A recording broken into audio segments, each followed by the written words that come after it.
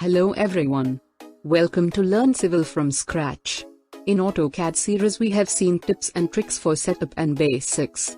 Continuing that, now we will see next tips and tricks for viewing the drawings. Setup and basics tips video will be given in cards and description. Kindly watch that video if you have not watched it. Now let's get into video.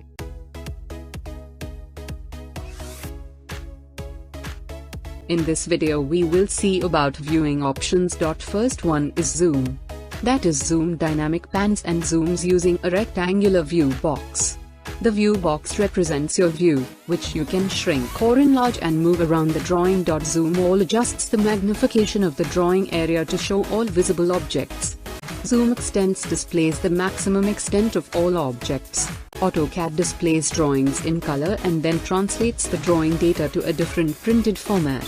Typically, we need to do a plot preview to see what the layout is going to look like when plotted, but you can change this via display plot styles.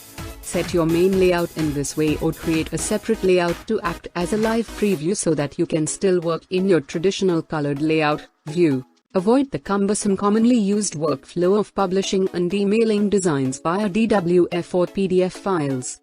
Instead, a viewable file is created in AutoCAD and circulated via a shareable link that can be viewed and commented on in the browser of any device with internet access.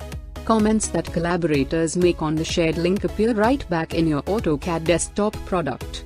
The Shared Views feature can be accessed from AutoCAD's application menu, under Publish. Note, shared views automatically expire after 30 days, but you can extend or terminate the link at any time. We came to an end of this video.